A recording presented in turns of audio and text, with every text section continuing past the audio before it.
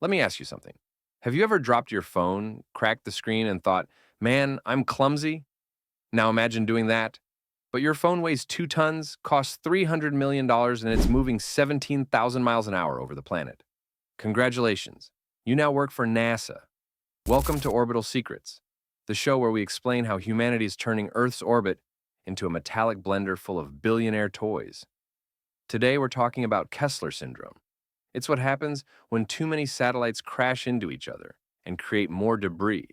Basically, space's version of chain smoking next to a gas leak.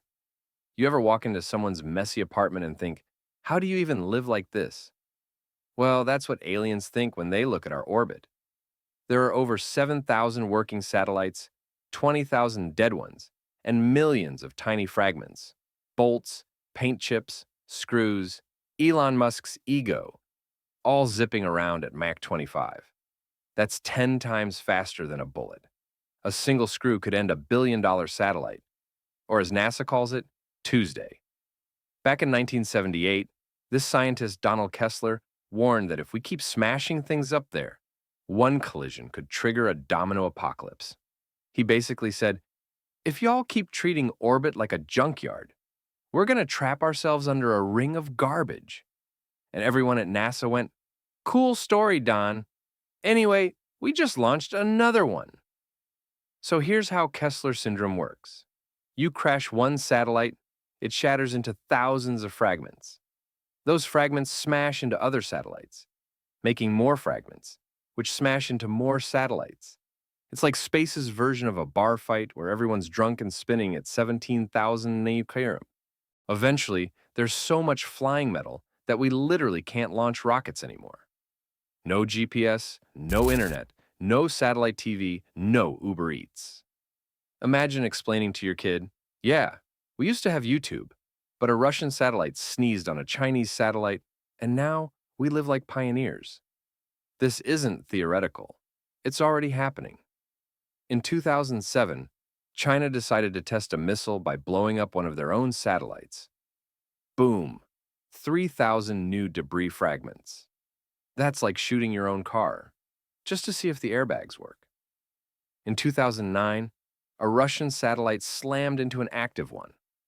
Thousands more fragments. And in 2021, Russia did it again. At this point, Russia's like that one guy who keeps saying, my bad, while holding a sledgehammer near your Tesla. And then there's Elon Musk, launching Starlinks by the hundreds. Listen, I love innovation, but when you put 6,000 shiny metal frisbees in orbit, you're basically turning the sky into a cosmic rave. It's beautiful, until they start hitting each other. One day we'll look up at the night sky and see nothing but Elon's disco ball of doom. And here's where it gets good. People are actually making money off this. There are companies now whose entire business model is cleaning up other people's orbital trash. Astroscale, ClearSpace, basically the janitors of space. They've got nets, robot claws, even harpoons.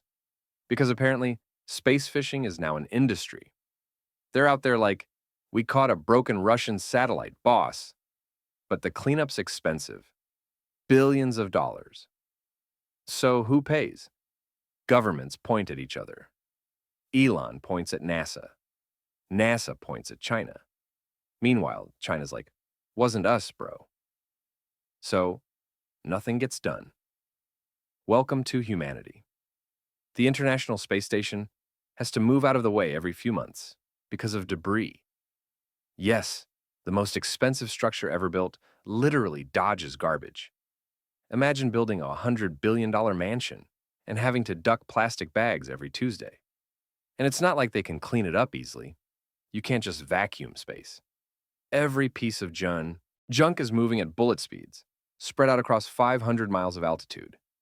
It's like trying to catch mosquitoes with chopsticks while blindfolded in zero gravity. If we actually trigger Kessler Syndrome, it's game over for modern life. GPS, gone. Weather satellites, gone. Half the planet would lose internet. Banks would crash. Planes couldn't navigate. The 1980s would make a comeback. And trust me, you don't want that. Do you remember the 1980s? Hairspray, rotary phones, people thinking disco was cool. We'd go from Wi-Fi to walkie-talkies overnight. And people will still be arguing offline like, this is Elon's fault. No, it's Russia. No, it's the aliens. Meanwhile, Donald Kessler's ghost will be up there yelling, I told you idiots in 1978. The irony? The cleanup business might be worth trillions. We're literally turning stupidity into the next gold rush. There are startup investors sitting in Silicon Valley right now saying, what if we launched a Roomba into orbit? And another guy goes, make it AI-powered. Next thing you know, you've got a robot vacuuming space, getting stuck on a dead Russian satellite like Error 404, Moscow detected. Some companies want to use lasers to vaporize debris. Lasers. We've officially reached the part of history where our solution to littering is Star Wars. So yeah, Kessler Syndrome is not some far-fetched idea.